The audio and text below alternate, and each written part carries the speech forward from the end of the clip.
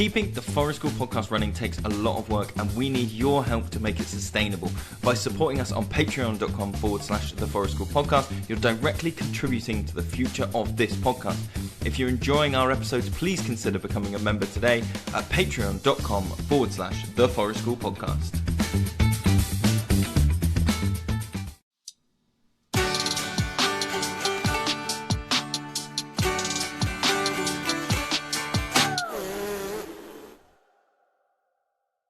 Hey, podcast listeners, you are about to hear this episode that I recorded a little while ago now with Kirk Martin from the Calm Parenting podcast. It was so good to chat with Kirk. We talked about like scripting, general things. Scripting is when you come up with an idea about what you're about to say. Maybe you give yourself like a couple of lines. And you do that before a conversation might happen. So if you want to find out about scripting, about how scripting can be useful for like parents, how it can be useful for educators, how it can be useful to model in front of participants that we're working for, then stay tuned, listen to this episode. I will see you at the end. Oh, I should say, if you want to support the podcast, you can head to theforestschoolpodcast.com or to patreon.com/the Forest School podcast. We are incredibly grateful for everyone that's supporting us over there. I will see you in a bit.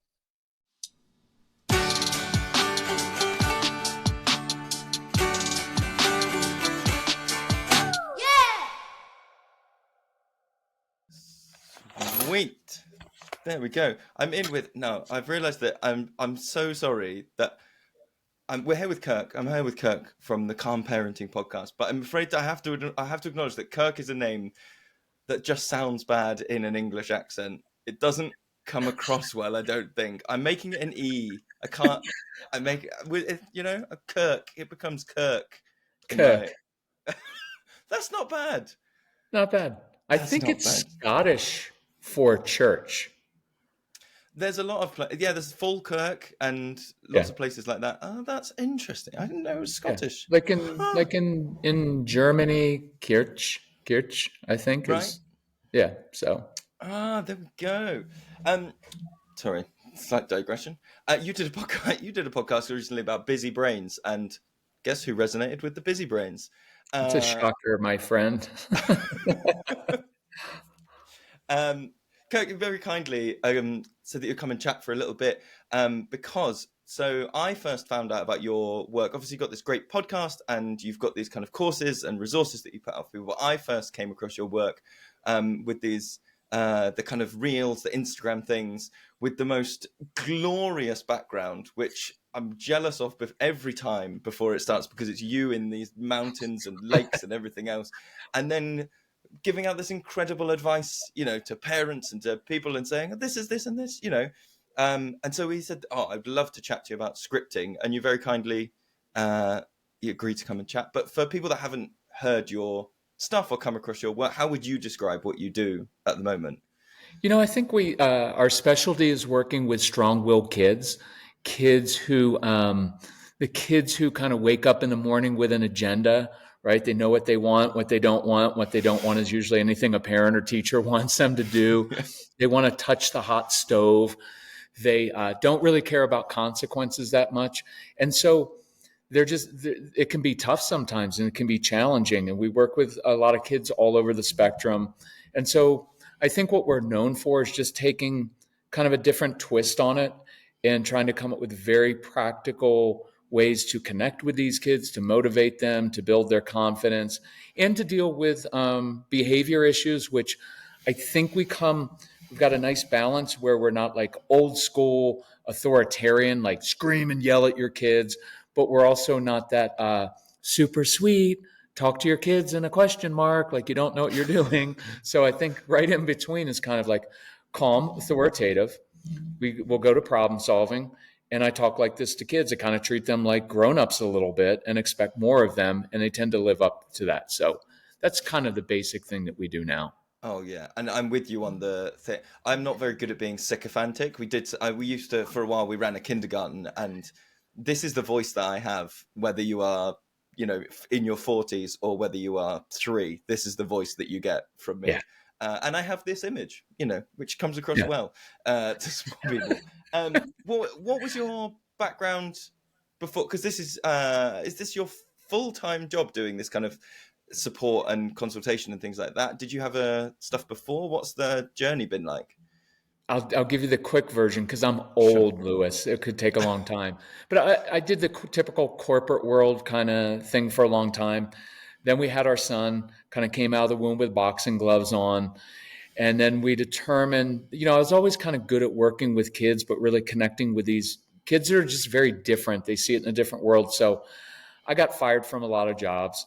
We had started working with these kids on the side, inviting them into our home, actually. Oh, wow. So we would have them in an environment where we would change plans on them at the last time so we could teach them impulse control and how to deal with frustration, social skills. And so it kind of just organically transitioned into going from being a corporate guy into working with these kids full time. And then I got a little bit older. It's hard keeping up with like 15 kids on the spectrum in your home. And what I really learned was the parents have, it's we as the parents, we're the most important part of this. And so I was like, I can do anything with the kids, they're easy. It's parents that we're the ones who have like all the baggage. So then we transitioned to, for a long time, especially before COVID, we traveled all over the country, to Europe quite a bit. It's never made it to your fine country. You guys never invited us. You know why? Because Europeans are like, I'm not taking parenting advice from an American. That's what we always hear. That's a big barrier. Yeah, it is. I totally get that. I mean, I love Europe. And I love a lot of times, like when we're in other countries, the kids just have a lot more space. Americans tend to be very micromanaging of kids. Okay.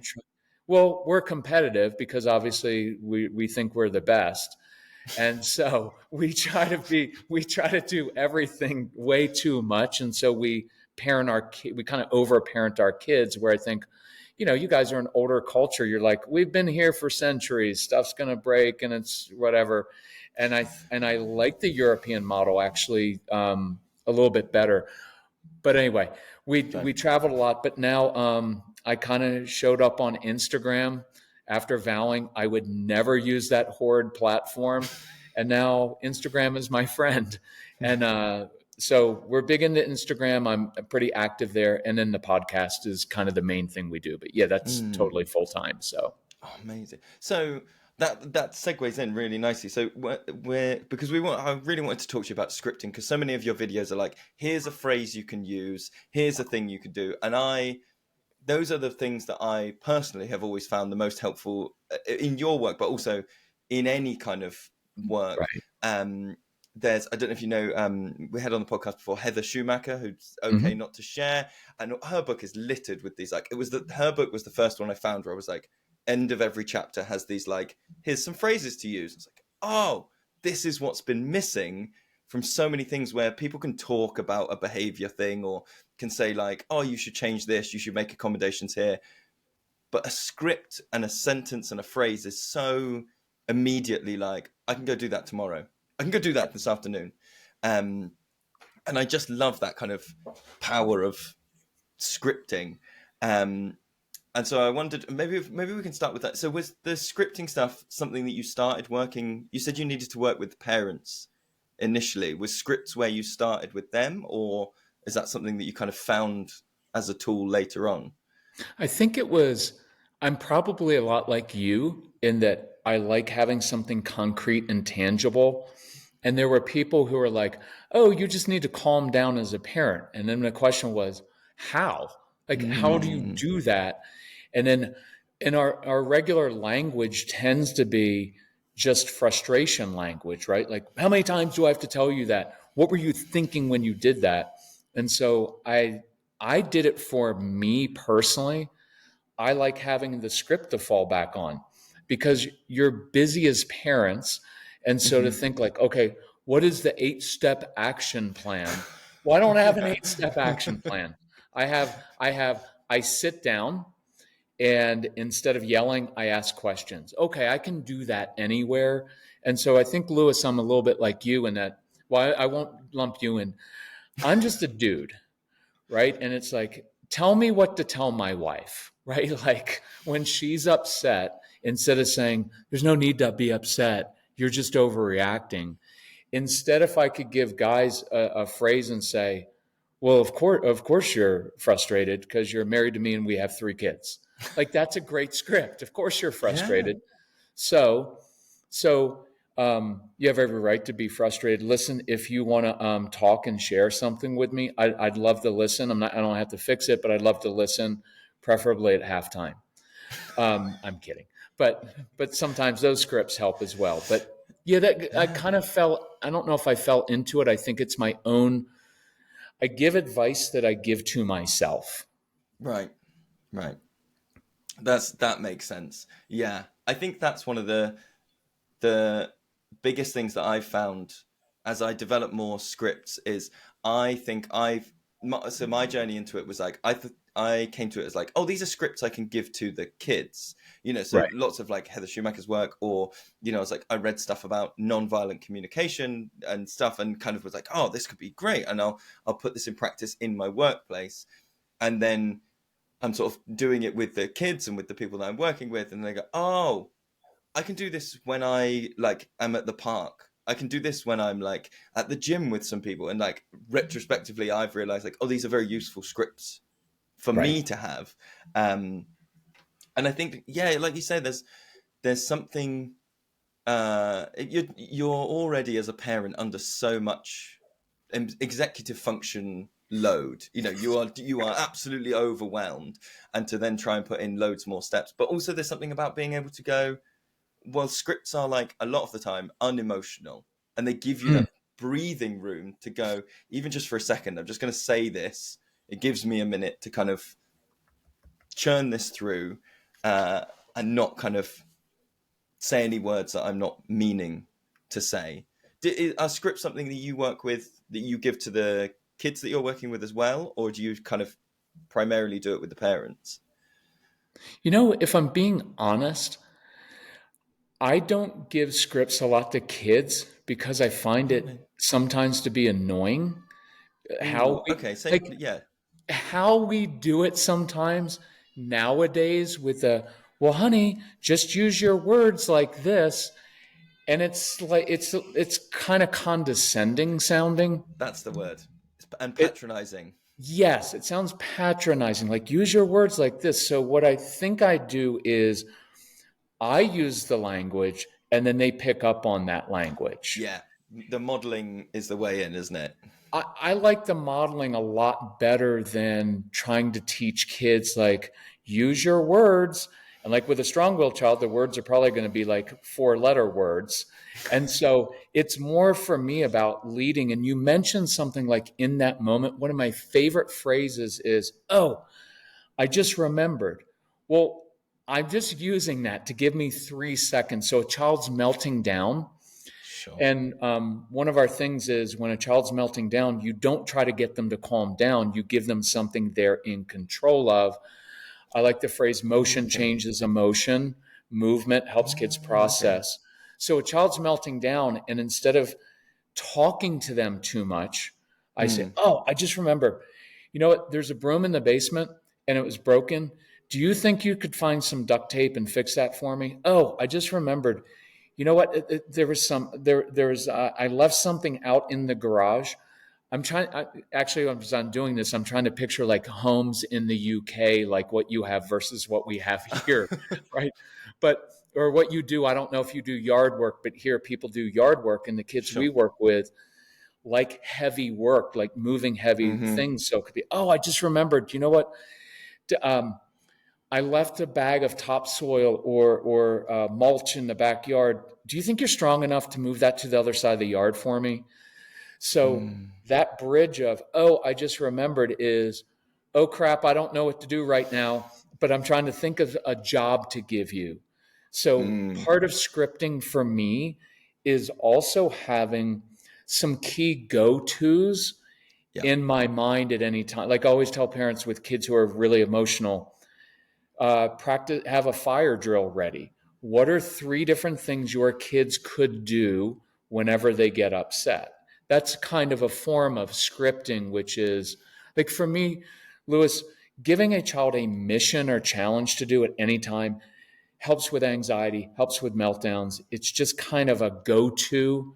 and it maybe mechanizes. I don't want to say mechanizes your parenting, but instead of like, okay, I have like 800 options here.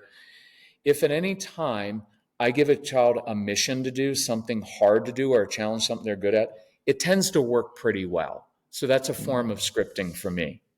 I think, yeah, I mean, oh, my brain's going ping, ping, ping. There's two things I really love about that script. One is I'm a big advocate of like declarative language. That's a thing that I use a huge amount. So like anything that's like, oh, I've just remembered the bags of compost need moving out the back. Yeah. Is then, because one thing I'm also trying to balance in those moments is like not invalidating how someone feels. You just need to get them like regulated again. And so offering the kind of like declarative, like, hey, you might want to pick this out. If you want to go do the compost thing, it's open. But I also haven't, I know a lot of your work is talking about like demands and those things. And like if someone's dysregulated, giving them like demands and can sometimes absolutely go. One of the words that I wrote down, and actually I wrote it down in terms of why I think scripting is good for educators. And I know your work is with parents, but obviously so much of it is going to apply, especially in settings like I work in, which is so much more. I work in a self-directed education setting. It's a forest school in the UK, so it's way more like, hey, what's your projects? What have you got going on? Let me help you with your social and emotional stuff. I find scripting is one of the biggest things in terms of helping me reach consistency. I know you wondering about that word mechanized, but I actually think consistency is the one that I like. That's a good word, because then they're getting the same kind of response from me in different places. And I really think that's, and that doesn't just apply to educators, because that's also a thing that's good for parents, I think, is that consistency of being like, it doesn't matter if I am super dysregulated from noise or if I'm having the best day ever. As if I'm going in with a script, then my stuff gets parked for a minute and I can be consistent about how I approach stuff. Do you feel like that consistency thing? Have I hit the right word there? Do you Yes, reckon? I think that's a great word. That's the even matter of fact tone does that, right? Like, hey, your world's out of control, mine's not. I can handle you at your worst. This doesn't throw me off. That kind of consistency, that language. I was thinking when you talked about like the demand, kind of like demand avoidance, demanding things. Great phrase for that is this: hey, when you're ready. So my son was yelling at my wife. I walk into the room and instead of, what do you think you're doing yelling at my wife? How many times? Instead of that, sometimes I would say, hey, I can tell you're frustrated. And again, even matter of fact, not like, I can tell you're dysregulated. Like that is just like, who are you talking to? You just throw a bit of petrol on the fire there. Yeah. So I don't go with either, but I walk in like, hey, Casey, my son's name is Casey. So, hey, Casey, I can tell you're frustrated. Listen, when you're ready, if you want to come in the living room, dump the Legos out. Oh, I'll help you build a really cool spaceship. Hey, when you're ready, if you want to come outside and we'll play football. Nod to you. You guys don't have the real football, but I'm we kidding. use our feet, You use your feet. It is the real. We actually, Casey and I have been in Europe during World Cup time. Man, what an awesome cultural experience! Like where the TVs are outside, and it's just anyway, it's awesome. That's a different look. Europe, I'm gonna because Europe, big place. UK, we're not putting anything outside. It's great. It's raining. If you see greenery, that's because it rains. You know what makes grass grow? The fucking rain, right? So that's why it's lovely and green here, because it fucking rains all the time.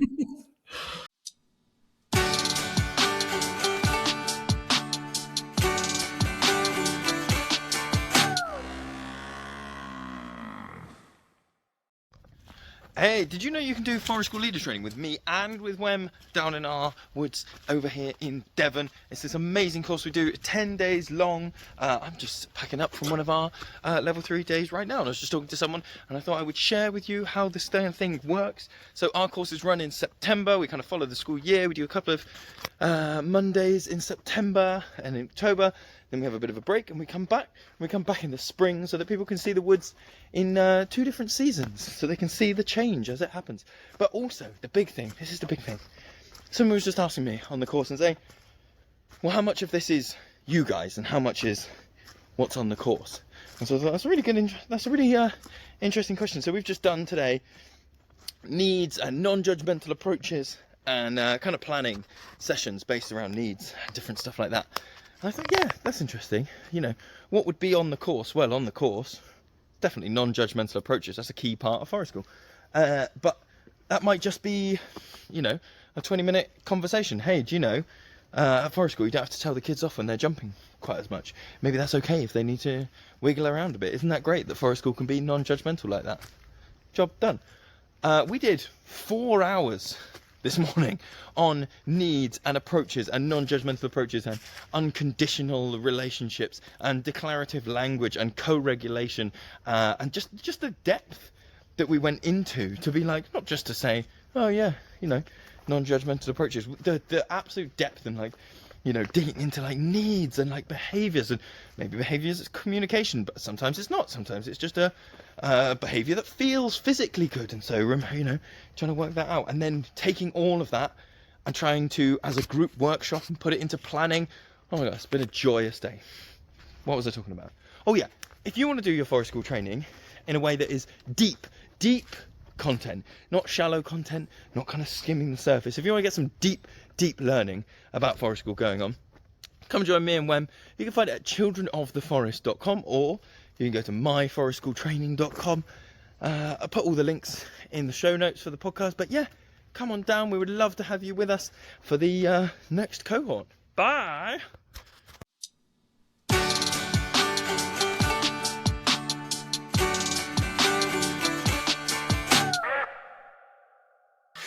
Sounds like a little bit of resentment there towards your climate. So one of my favorite phrases is that, hey, when you're ready, if you want to come do X, because that gives the child now a little bit of ownership over it. Because just saying, hey, you need to come out and do this with me. If you have a strong-willed child, just saying, hey, you need to do this right now, 100 out of 100 times, screw you, not happening. So I like the when you're ready. I think, you know, the educator one, I just did this in this past week's podcast, was a child who's blurting out. So you can go with, hey, you got to cut that out. You know what? That's rude. You keep that up, you're going to miss time outside, time with your friends. Instead, to pull the child aside and say, dude, I know exactly why you're doing that. Because you've got this really cool brain filled with ideas. I mean, that's you, Lewis. I mean, I can see your brain is like pinging, and so I can kind of see it through the screen. And you're like got these really curious eyes, and but to be able to tell the child, like, I know why you blurt out. You've got this awesome brain. It's always thinking of ideas. You're like a junior Thomas Edison, or I forget who your famous guy is over there. Thomas Faraday, whatever. Great British. We'll anyway. take Einstein. We'll take Einstein. I'll go European for this. We'll have Einstein. You'll take. You can have Einstein. Thanks. So, but yeah, you're like a junior Edison and Einstein. But here's what I know: you struggle with short-term memory, and so you're afraid you're going to forget your idea, and then you blurt out my class, and we're not going to do that. So here are 2 or 3 other ways that we could handle this when you want to blurt out.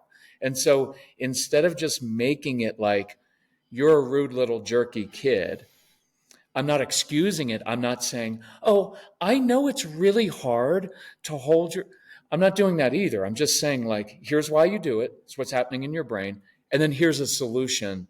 And I think that's what I hear in your tone is we're problem solving. This isn't throwing me off. I'm not angry at you. I'm not flustered. You can be frustrated, obviously, as a parent, but I try to contain that so I can just get to problem solving. And I think that's what scripting does too. It moves me to problem solving. Yeah, I read a book a while ago. I forget the author. Oh no, but it's called "Why Weren't We Taught This at School?" And it was all about needs and competing needs and different things like that. And that's where I am now, my view is that like everything is just competing needs. In that scenario you're talking about, there's a need for someone to like run a classroom and be able to continue their train of thought, and there's a need for someone to get their ideas out. And just looking at that and going like, neither one of those needs, in my setting, I would look at those and go, neither one of those needs is necessarily more like morally right than the other. Neither one of them is more like virtuous. And you just go, there must be a solution that can meet both of those needs. And I think more as I've gone on, and this was in this book of Why Weren't We Taught This at School, was they were looking at going, compromising is not necessarily, as this book put it, like the solution, because it involves both parties giving up something and not being happy with something and going, oh, it would be better if, and instead going, okay, let's just assume that there is a world in which both of our needs could get met equally, perfectly. There must be a setup, and so much of your work I know has involved kind of getting people to check in with like, okay, but what's the context? What's the stuff going on around it? You know, what's the classroom set up like? What's the home environment like? Are there other things you can do that change the needs or facilitate the needs, you know, in different ways that mean that like, because that's also kind of scripting, isn't it? You're getting the room ready for a conversation to go, here's the thing, this is how it kind of unfolds. I was wondering, just because I've while you're here, and I really wanted to talk to you about scripting, I wrote down 5 of my, I think, top scripts, and I wondered if I could see what you think of them. Okay, so big one that I've mentioned Heather Schumacher a few times, but it's a script from there, and a script I use all the time, where I go, hey, Kirk, I can see that James is waiting for a go. Can you let them know when you're finished? That's my script. And it's that script that gets around turn taking. Everyone only gets one go. You have to give it up when they say so. Going up to someone and saying, you have to share, means that now that child gets this stuff. That's my little script. Is like, somebody's on the swing, somebody's waiting for a go, and they're like, I really want to go. You've had too many goes. You go, hey, I can see James is waiting for a go. Can you let him know when you're done? It's a bit like when you're ready. You just gave the child ownership, right? So it's like, and that's with strong-willed kids, that's one of the foundational elements, is giving them ownership within your boundaries.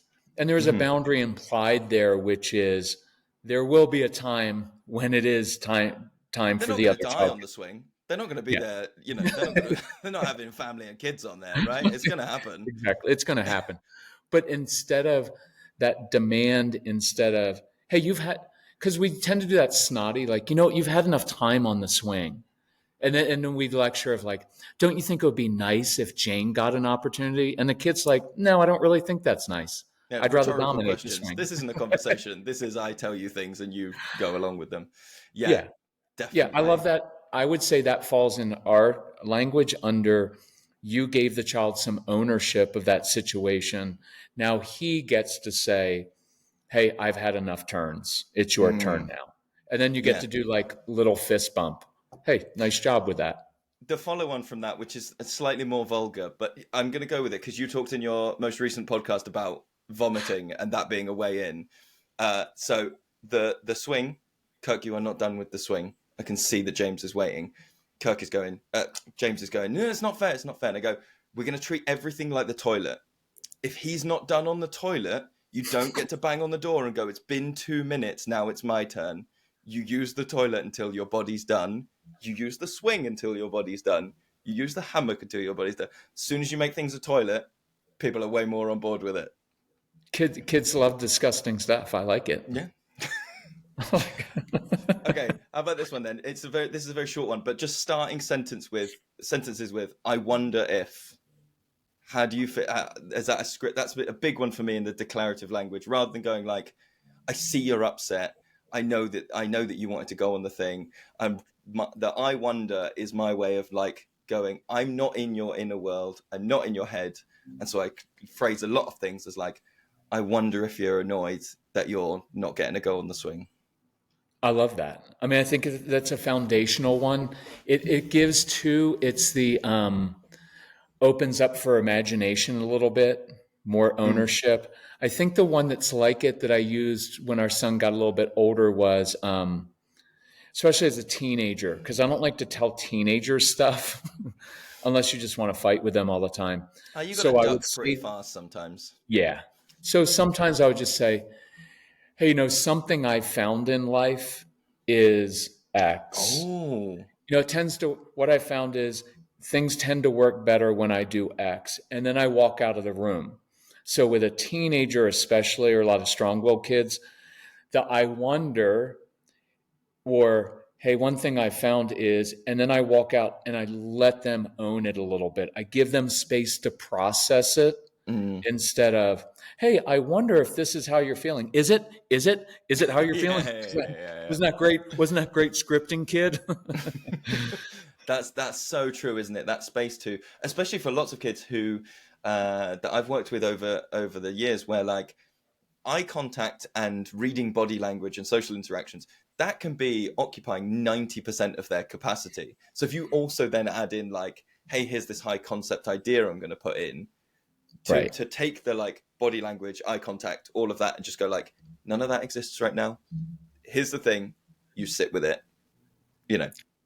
I like that. And from listening to our stuff, I'm actually a big fan of not always giving eye contact.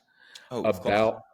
About sitting on the floor and building with Legos or something, and we're occupied because now it's not so intense of like, look at me, I'm trying to get something through to you. It's, hey, I'm going to drop some wisdom on you. Here's an idea, and then I need to get up and go to the bathroom because you brought up toilet stuff. But when I remove myself, or I go to the pub for a pint and come back, it gives them some space to process all of that without all the intensity. I think that's a lot of, even on the other side, that really sweet parenting, there's a lot of intensity of like, honey, get down, look them in the eyes. I'm like, please don't do that. That's annoying. If you got down and looked me in the eyes, I would punch you in the face. Now, I wouldn't, but I'd want to, because it just gets so, I'd rather walk by a child and just drop an idea. Hey, like even walking by, hey, I wonder if this would work better if you did this with Johnny. And then I just kept walking, because now I'm not standing there. I'm going to stand here until you do what I tell you to do. I drop the idea and I walk by. And then you've just got also, all that autonomy, haven't you? That you can also not yeah, do the thing that the adults just said, and there's no expectations. You can kind of go like, yes, no, because I have information that you don't have about how I feel or what my needs are right now, and you've just got that space to be like, yeah, okay, taking it on board, but not going with it. Well, Lewis, because you're probably a strong-willed child at heart, which is, if someone's standing over me expecting me to do something, I will almost always do the exact opposite. Sure, yeah, Yeah, yeah, I can relate a little bit. yeah. I like telling the story. We went to a conference, and Wem and I worked with. We were doing a workshop on declarative language and non-judgmental approaches, and really kind of like taking it to the extremes of like, what is this stuff like? And we were set up, and this forest school said, "Oh, you can set up down here." And we went down. There's this huge, like a business conference where you might get those big standing banners, and it was one of those, and it said, "Our forest school rules," and it said, "We wear the right clothes." And then and then there was a picture of a tree, and it said, "Look, don't touch." And then underneath there was a picture of like a campfire, and it said, "Respect the fire." And Wem and I took a picture next to it because it's the most heinous thing I've ever seen. It was just, I just was like, how do you, I was there with some other people who also have wonky brains, and we were all looking at it going, I just wouldn't go. If I would I not go. arrived and session one was, we wear the right clothes.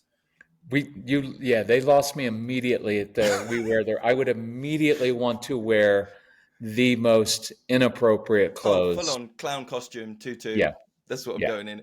Yeah.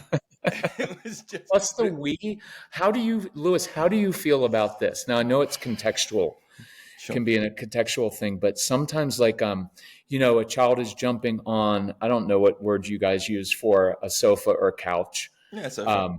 Sofa.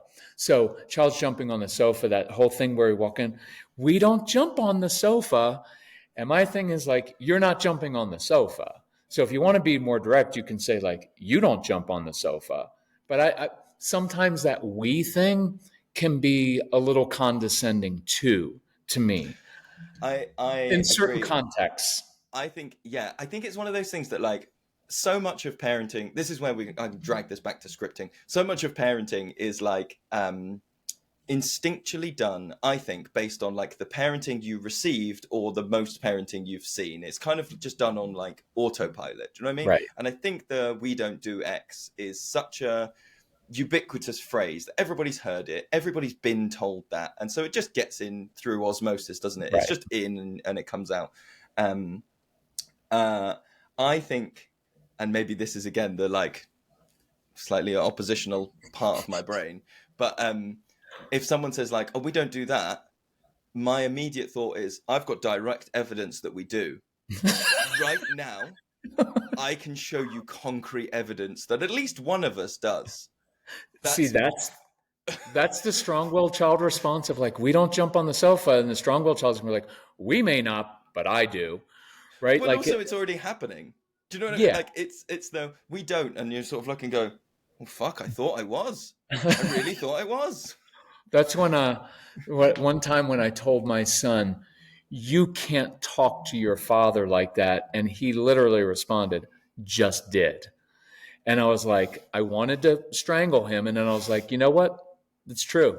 You just did talk to me like that. Legit. Well done, son. Yeah, it's verbal. Sometimes it's verbal chess.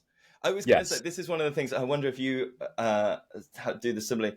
Sometimes if I am scripting, not necessarily something for work, but sometimes I find scripting helpful for like, I've got a difficult email I need to send to a parent, or I've got a challenging thing that's coming up with like a neighbor or something. And I find myself not just scripting, but flowchart scripting in that, like a chess game, I go, okay, here's my opener.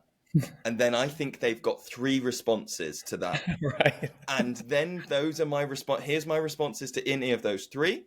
And then they've got 2 off this one and 3. And it like a flowchart, it goes like that. And so when I start the conversation, I'm like, I am ready. I am ready to walk through this little flowchart. And they're like, crap, you didn't respond. That was not my 3. Yeah, exactly.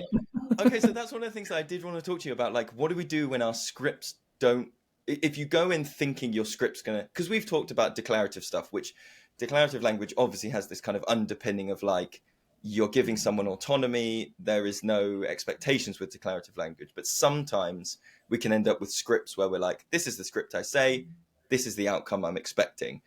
And it doesn't work. How do you feel about scripts when they don't work? How do you, what's your kind of take on that?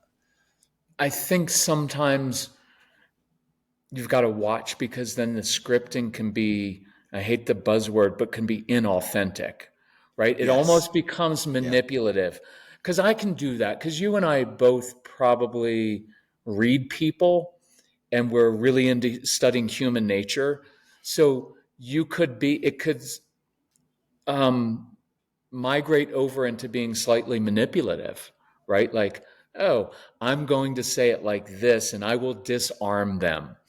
Mm-hmm. And then someone doesn't respond that's how that my way. flowcharts work. I'm good my flowchart, and you can bring it out and say like, your response was not on my flowchart. So I think that's when probably a better thing that happens is probably just the honesty of, I hadn't thought of that option, or clearly my scripting or my assumptions were off, and we're not even dealing with what I thought. Honestly, more than scripting would probably just be pure honesty of like, I don't even know what to do right now. Because that's hard to fight. It's hard to fight with someone who says, I just don't even know what to do right now. Can I have a couple minutes? Yeah. And that's real. I don't like saying authentic, but it is. Yeah, that makes me think when I've done different martial arts my whole life, and one of the things that I did for a while was Wing Chun, which is this like very close quarter thing. But they have people are going to listen to this, but they're not exactly going to get it. Watch the video, everybody, because this makes sense as a video. They're talking about if you have a fist and something that's going to hit, and there's distance between them, but then you get impact. But Right. if you stay with someone's fist as they move forwards and backwards, Mm. there is no impact whatsoever. And this is so Wing Chun is based on this whole like you just stay in contact with someone, forwards, backwards, and then even if they go quickly, you move back quickly, and you just stay on them. And that's that kind of thing with honesty, isn't it? Is like you can't hit someone because hardline scripting, real hardline, like this is what I say and this is what I expect to happen is the biggest brick wall that you can then punch against. But if you're moving and if you're honest and you're kind of going like, oh, I hadn't thought of that, that's not gonna work. Then yeah, it's very hard to stay in that like dysregulated fight state of mind, which is You could interesting. have a script for when the script doesn't work, right? I mean, you could have I a. have one. I go shit. That's my script. No. Wasn't on my flow chart. Yeah. I rehearsed this conversation in my head for an hour prior. I go, you're not supposed to. Try again. Mine sometimes was just an action, especially in the parenting realm, where I would just say, "Hey, Case, I'm kind of hungry," because we're Americans and our food is as good as yours, at least in the UK. You're not Europe in that regard. No. No. So, no offense. It's funny, Lewis, because we live out west here, so we get a lot of Europeans hiking out here, coming to visit because of our wide open spaces. And the first thing I do is like, I hope everybody's being nice. And they're like, oh yeah, all Americans are fake nice. And then I apologize for our food. But a lot of times with Casey, it was, hey, why don't you meet me in the car in a few minutes? We'll go grab tacos. We'll go get a smoothie. We'll go get. And then that was kind of a reset, but it was an action. And then we moved to a different place. Like one of my favorite scriptings with Casey was he would come at me with attitude. And so I'd say, hey, Case, the last 43 times I heard you talk to me that way, because I'm a realist, it showed me you are anxious, frustrated, or you're hungry. So, because there's identifying what's the root. I hear your outward behavior as being a jerk and mouthy to me. I'm not going to react. I'm not going to not going to take it personally. I'm a grown adult. So it's usually these three things. So 2 options: talk to me like that, lose everything you own. Probably not going to work out well. Not a lot of energy there. Energy goes to, but if you want to get some chips, I'll grab some salsa so we can have it with our fajitas like you're having tonight, apparently, for dinner. So we'll get chips and salsa. I'll meet you out on the deck and I'll help you with whatever you're struggling with. That's a really nice kind of not just verbal scripting, but action of we're here in this room. It's tense. I hear something going on, problem solve. You go do that. I'll do this and we'll meet somewhere else. I like that a lot. It could be coloring. Coloring is a phenomenal tool with a teenager or a 4-year-old. It's almost impossible to scream when you're coloring. You probably could. I can see that in you. If they didn't respond the right way. I told you. I'm just kidding. Yeah, I've gone through like 4 crayons just going up and down. Yeah, I think that's so true, isn't it? That like when we think about scripting, quite often we can just think of the verbal side of it, whereas actually including physical movement. We talked earlier about like where you stand or like, but yeah, changing the location. So much of what we do in the woods involves like, it rarely happens because the group that I've been working with now, most of them have been with me for 5+ years. It's this really kind of core group that keep coming, and which is amazing. And so these kind of things, I said about the other day, it's a bit like brewing kombucha. Like once you've got it in once you've got it in a bit of the group, then someone new joins, and it's a bit like that kombucha just ferments into that next person. You don't have to do all of the work again from scratch. You just go like, this is the culture, this is how it exists. I'm sorry, you're moldy now. And then, goes through. And, but one of the things that we do in the woods quite often is like, oh, okay, we're having a disagreement about, let's say it's a hammock that's gone up and where it is or who's using it or whatever it might be, to go, we actually need to go away from the hammock. That's part of the script, is like, we need to go over here because right now this isn't level. One person is like in it and one person's standing beneath it, or one person is kind of like got their whole body wrapped up in the hammock and another person is like pulling it. You go, let's go somewhere neutral. That's part of the script, is like, I'd love to talk to you guys about it. I think this might be a better space because then we'll be able to hear each other, without being like physically on it. There's the physical side of the script is like, let's get it neutral first, then we can work out, May I ask you a question? Please do. So let's say you're in that situation and one of the kids is, I don't want to freaking talk about it.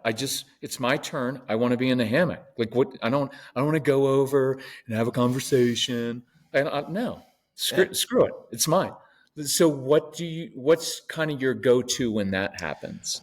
I think it depends. So on the flowchart, it goes down and it goes down and it goes, okay. So there's two ways of approaching this, depending on how the other person is. So there's one person really wrapped up. It's mine. I'm not moving. I'm doing the other thing. If I feel like I've got the scope to talk to the other person, I might say, hey, I can see that this is a really big deal to them. The way they're responding to this doesn't look like we're going to get it off them. I'm not going to physically like touch, grab them and make them happen. If you want, I can make sure that you get whatever it is. If it's a hammock, then it's a bad example because we've got a million hammocks and I can sort of go like, but I might go like, I don't know that there's anything I can do right now. It looks like it's a really big deal to them. I can make sure that you do get a hammock later, or I can, let's go and find another place to put this one up. Was there something particular about this hammock? I might try and dig down. Then I might have the conversation over the hammock and go, okay, we can't move. And go, is there something about this thing that's particularly important? Is it just that someone arrived first? Is it, and that's when you might get, normally I find it's like the fourth question that actually unveils the like, first one is like, well, it's just mine. Well, second one is like, well, because I'm the one that's touching it. And then you go, okay, I understand that. And just repeating that back, doing that active listening thing of like, okay, so I hear you saying that it's this one. It's because you were touching it. I'm wondering if there's anything else. I wonder if it's because it's here. Yeah, it's here. And it's so that I can, because we're using it as part of our game with the mud kitchen. So there's another criteria I wasn't aware of, which is that it needs to be able to feel the mud kitchen. I could put another one up here, and then those needs would get met. Then you could both see the mud kitchen from both these hammocks or whatever it is. So I would just kind of go, my script is like dig. Yeah. Just dig and dig and dig. The curiosity thing I find is hugely helpful and I actually will use that language at times so after our son, say, had yelled at my wife, and I'd be like, hey, I'll meet you in the backyard. We'll kick the football around. And then while we're calming down, I could say, hey, Case, I'm curious because I know that yelling at your mom is wrong. I know that's going to bring negative consequences for you. So I'm curious, what was going on that led you to do something that then would cause you to lose things, have a bad outcome?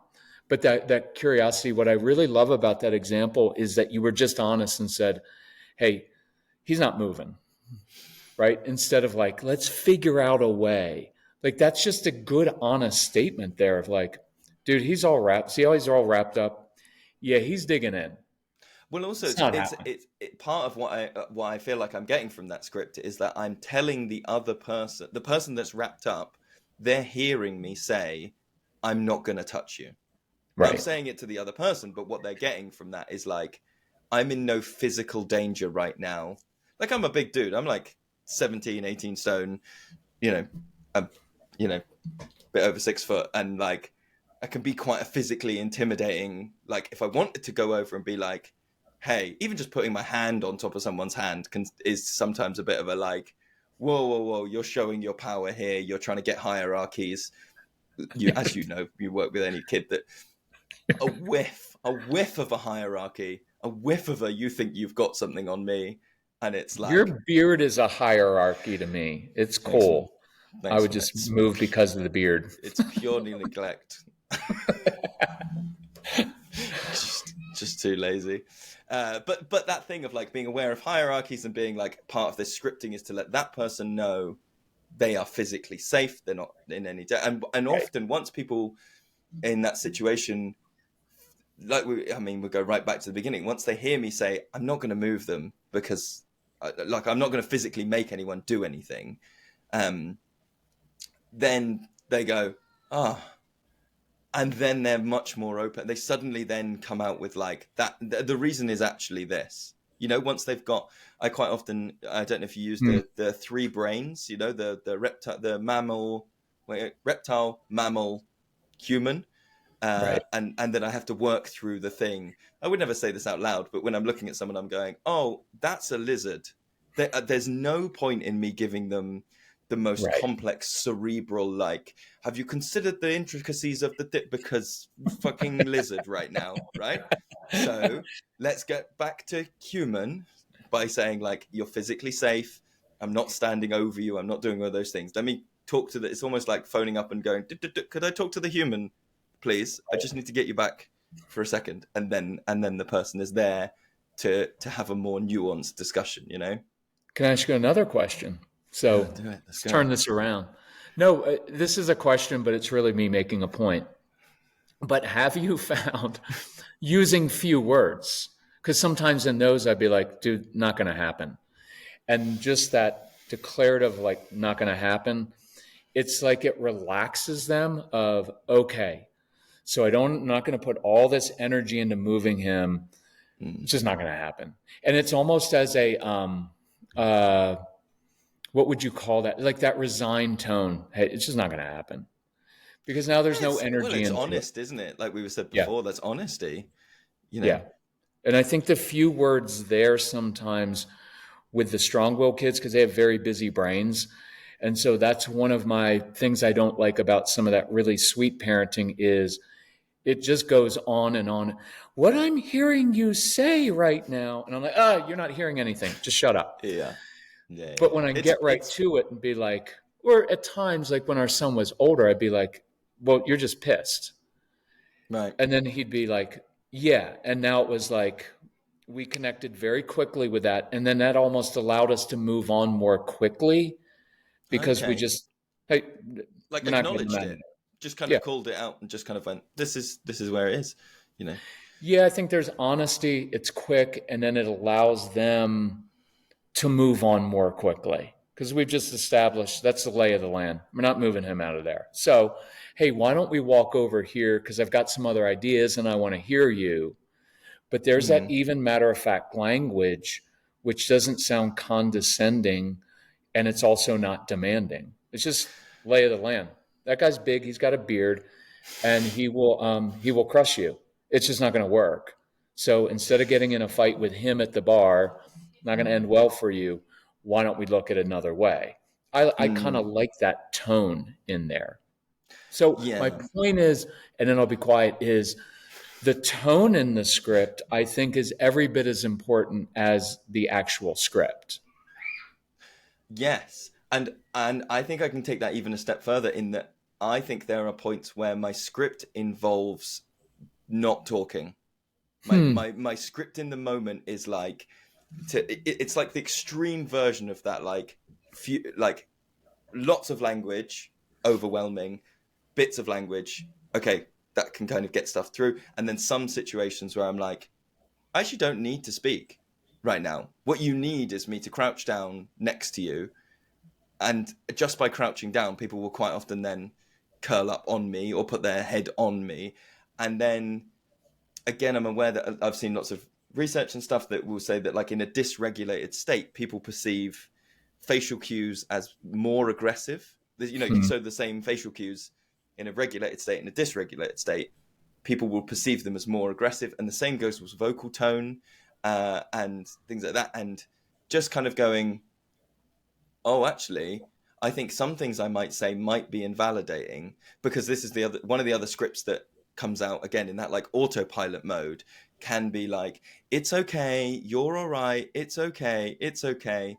And I know that I've worked with people in the past who like, that can be super invalidating, because if someone's like dysregulated as fuck and then I'm there going, it's okay, they're like, you don't No, get it's not this then. effing okay. This Yeah. you don't get it then, Oh, because can if I you're give you a good one? yeah, yeah, Can I yeah. give you a good script on that?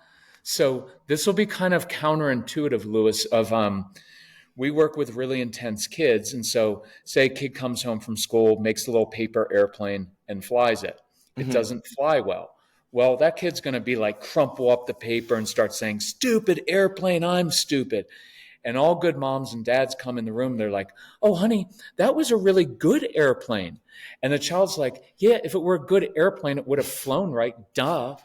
And so that's the invalidating part. So the Sure. validating part, I like to validate with intensity. Oh, you know what? If I were you, I'd be really frustrated too. You put a lot of time into that airplane, it didn't fly right. That's frustrating. That kind of intensity sometimes can be really grounding for kids, because what it says is, oh, you get it. Because other one is like, it's just a stupid freaking airplane, no big deal, duh. But when I say, yeah, of course, the of course language also, I Yeah, love of that course script. is so good. Of It's course one is of like the quickest connection, I isn't use it? that on my wife, on everyone in my life, like literally daily. What they tell me is like, don't celebrate calm me. Are you celebrate calming me? And I was like, no, I really genuinely, I wasn't scripting. Like if I met you someday, I would probably be like, are you scripting me, Lewis? Are you scripting me? I And know I'd be everything like, we're gonna say and I'll be like, way in show me advance. your flow chart. Show me your, if you have a flow chart on you, you buy me the first pint. Look, listen, sometimes it's just easier. I give people the flowchart. They can have the conversation without me, and then I can come back later at the end and go, was it good? Did we okay, great. Did you choose B or C? And Yeah. then you can say my part. But that I don't want to miss this, that intensity part with a strong-willed child, and then space. Yeah, Mm. if I were you, oh man, I'd be pissed. And then I say, you know what? I've got to go get a drink. I got to go to the bathroom. When I get back, maybe we problem solve. But that space to process emotion instead of Mm. standing over, like one of my big things is people don't like to be watched when they're upset. Yeah, of course. Of And course. and so now, of course, thank Of you. course. What do you think I'm going to Gotcha. say next? One nil. What's on your flow chart now? What do you think? So then I vomit in the bathroom, and so I'm kidding, but intensity, validate, and then some space to process, and then when I come back, because you can process, like I'm 58, I process stuff at times, and I have to drop a couple f bombs. And then, because I had to teach my family, like, I'm not really as upset as I sound. That's Right. my go to. I have a word that I won't say here, but I have a word that I go to for like little things. I'm like, mother, and it gets it out of me. Now we're on an evacuation notice. We might have to evacuate because we got a fire a half Oh, mile from us. oh, But you're on the see, fire bit. Okay. I was yeah, going to say, because so it's hurricane season, right? In the other bit. in the That's yeah, the in other the side, east, right? yeah, in the East Coast Okay. near water. We have no water, Lewis, near Oh, here. okay. But we're in fire zone. But see, big things going wrong. So we might have to evacuate. Okay, good. We'll go somewhere kind of cool. But little things going wrong. Oh, immediately. Mm. Like, are you like that at all? Oh, yeah. I have there's a story that Wem tells with great glee, is that when and I met, this was like nearly 10 years ago now. I had just finished reading. Do you know Andy McNabb, the author? He writes like sort of spy thriller things. He's ex-SAS, and he's one of these kind of like, nobody knows who he is, but he writes these books. And Of he course. had written a book about being a good psychopath, and he'd called it, in the psychopath test. And a lot of the stuff that was in there made sense to me, because it was like, you are incredibly cool under pressure. Once this happens, you in times of panic, you are the one that is like, cool, got a plan. This is what we do. This is what we do. Right. And it was like, you're very logical, about your decision making, and this and this and this. And so when I met Wem, I was like, you know what, I think I might have this like psychopathy thing. I think, and it was and she was like, you know, as you would if someone who you'd recently met went, I think I'm a psychopath. What'd the flow chart say there with her response? I would like to be your partner, but I might be a psychopath. However, now I look at it and I'm like, oh, I know what that is. That like I'm good under pressure, and I, pattern recognition, and I'm very logical with my thinking. Yeah, my brain's not in the big group. My brain's in the little group. My brain's in the divergent group. That makes way more sense than being a psychopath, and I'm quite happy about that. As I'm sure your family is as well. That pattern recognition is a huge superpower in life. And that's I like actually, it's not really a scripting thing, but when I'm talking to kids, saying that of like, hey, you know why you're so good at arguing with me? Chess, checkers, arguing is just pattern recognition. That is a superpower. So if you use it this way, you can use this for good, or you'll be a psychopath like Lewis. So that's my new flow chart. Great. Well, do you know what? I'm gonna leave it there because I could happily chat to you for hours and hours and hours about scripting. And in fact, we've got 5 more pages of flowchart before we have to finish. But I'm conscious of not eating up your time, Kirk. Thank you so much for chatting with me for my evening and your middle of the day. I hope the fires aren't too extreme. You don't have to go. If people have listened to all of what we've been chatting about and they want to, find out more about your stuff, where can people go? I would just look up the Calm Parenting podcast, even though it's given by an American. It's still pretty good.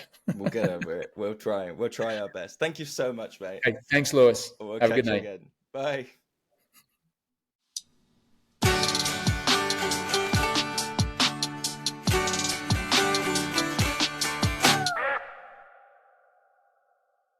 It's me, Lewis, the psychopath. No, I'm not a psychopath. I promise. I'm a good guy. I'm okay. If you enjoyed this episode, if you enjoyed learning about like scripting and about the benefits that you can have by just thinking about what are you going to say before it happens. If you're somebody that needs to know, hey, this is what I'm going to say, then you can send us your messages, questions, all these things at theforestschoolpodcast.com. If you want to check out more of Kirk's work, you can head to the Calm Parenting Podcast. Again, thank you so much to everybody that's supporting us on Patreon, patreon.com/The Forest School Podcast. Until next time, I will see you. Stay